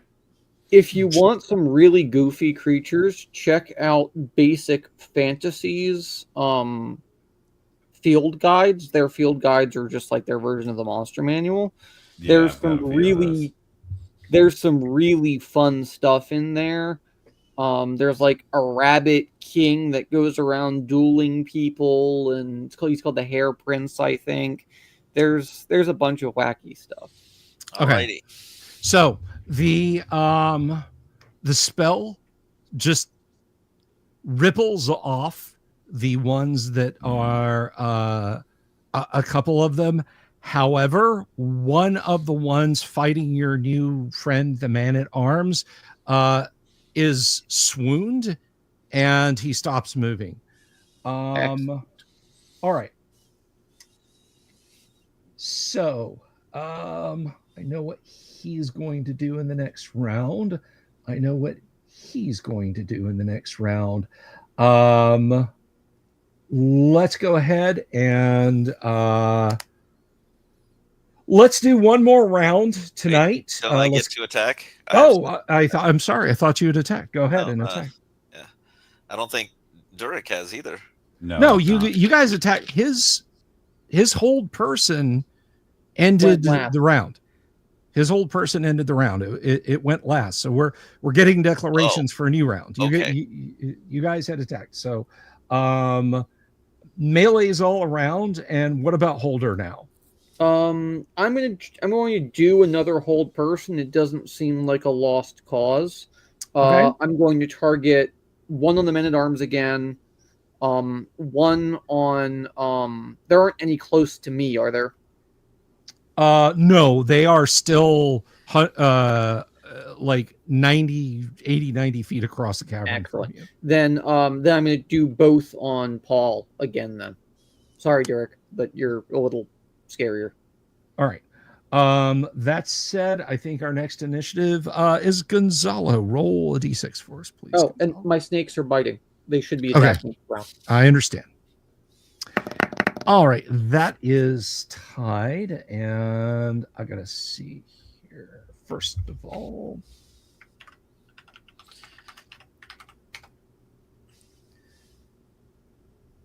so that goes in the 6.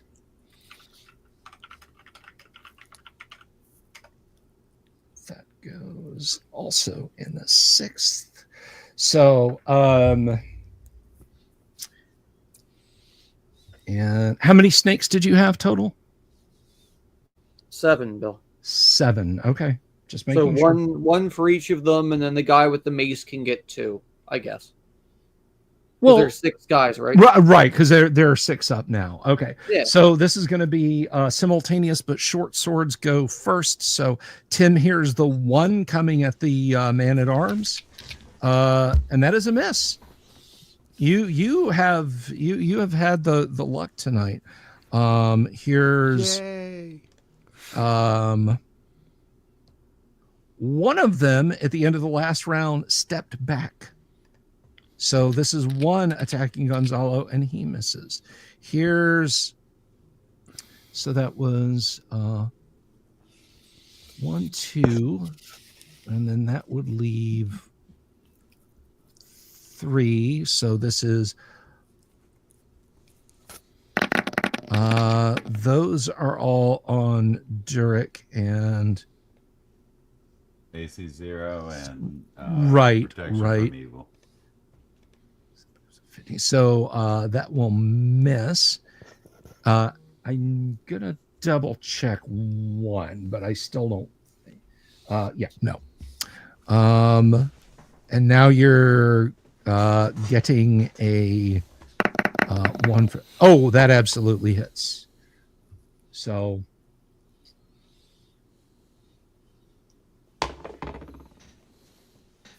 So you will take a D6. You take a total of 3 points of damage. That short sword gets behind your shield and slashes you good. All right, now snake attacks. Yep. Snake attacks. I got a question about this actually, because this hasn't really come up for me before. Okay. If these guys are magic resistant and these creatures were made of magic, I mean, I think it's a fair. I think it's a fair. It's a fair question. Well, their attack is a bite, though, right? They are a conjured creature. Unless they are immune to a creature, the answer's like I would say no. Well, my only consideration with it is that is that magic resistance on the person is kind of like an anti-magic shell upon that person's skin, right? I've never really dug that deep into it. We're going to see if it does. I'm going to research it between now and next week. I'm going to let it stand for this round, and then if I find out next week differently, then they drop off whatever, depending on the roll, because they can still blow their magic resistance. We will, just for the sake of the argument, assuming they get magic resistance, assume that they all failed their magic resistance in this round, and then we'll roll it for next week. So your attacks, please, if you would. If it makes you feel any better, the spell normally does not allow a saving throw. Okay. So go ahead and make your attacks. I'm going. 10, 11, 10, 15, 8, 20, 20, 17. So the 20s and 17s are definitely probably a hit. But what about that 15? The 15, I'm going to say no, but the other 3 are. We were not designating. No. So let's see. We're going to roll a D8, ignoring 8s to see who the well, 7 and 8, because one guy is I guess a snake could coil around him. So yeah, we'll ignore 8s here. First one gets a guy. 1 or a 2 indicates the captain or the merchant. Second one gets a guy. Well, we're ignoring 8s.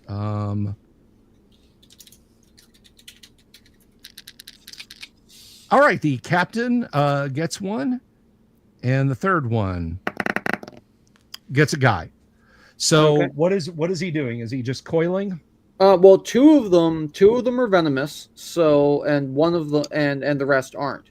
So, do you want to I don't know, give it a 1 in 3 that the ones that got bit were venomous? I'll give it a 1 in 4. All right. First one, no. Second one, yes. So he needs to save versus poison. Yeah. And 11.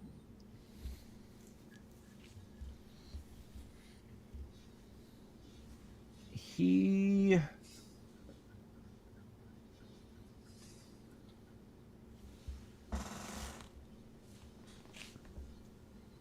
actually does. So he does take some damage, but otherwise, no. Now, the ones that were otherwise hit, how much damage do they take? Or does it? It's by whatever a constrictor is. Okay. I don't know. That's not, the spell doesn't give me that info. You do. All right. I will check that out, but they are currently snarled up with constrictors. Counter attacks for the party. Tim, go. All right. Spear.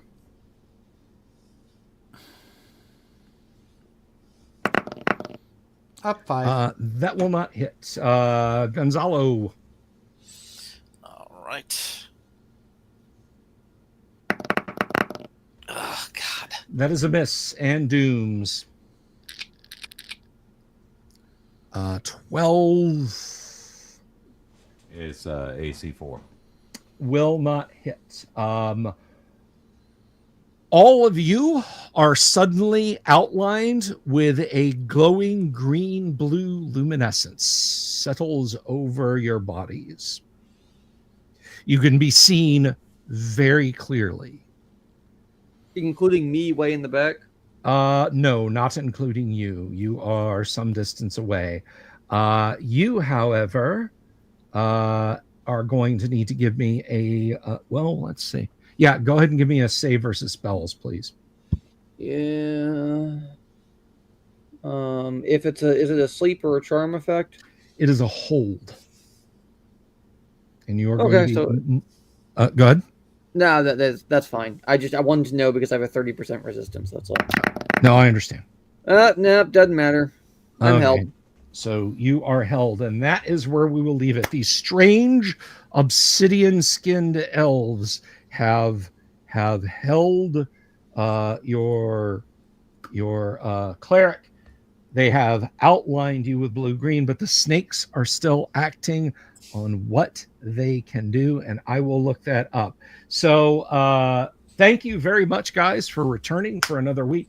Thank you to the audience for hanging out with us this week. Doc Flamingo has been a member for 17 months, Wave for 24, and Paul Raymond's Call. I really, really appreciate the super chat. So we will be back next week. I will be back tomorrow with my charming Australian co-host.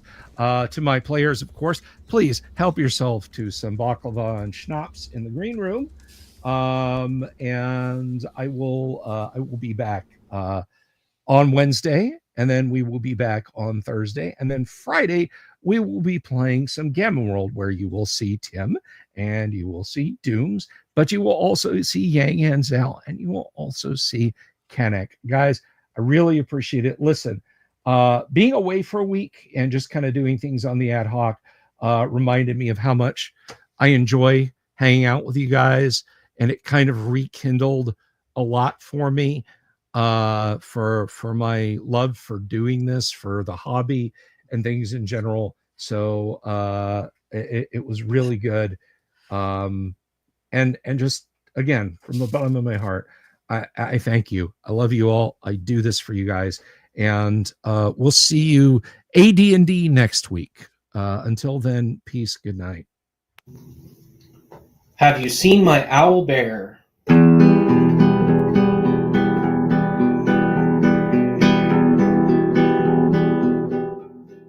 Here's to all the weirdos everywhere, in the woods and in the air. Have you seen my owl bear? Should I shave off all my hair? Bobs are all around, some live in tunnels underground. Some are fat, some are rich, some are sleeping in a ditch.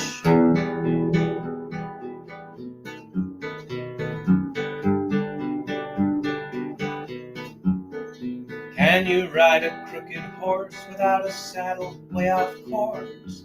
Naked as a toad, all the way to Smoky Joe's. Have you seen the little creep driving fast in his little green Jeep? He smells like fish and brandy, but his rotten teeth look dandy. Take me to the show, I don't care if fast or slow. From action flicks to dancing dicks, just take me to the show.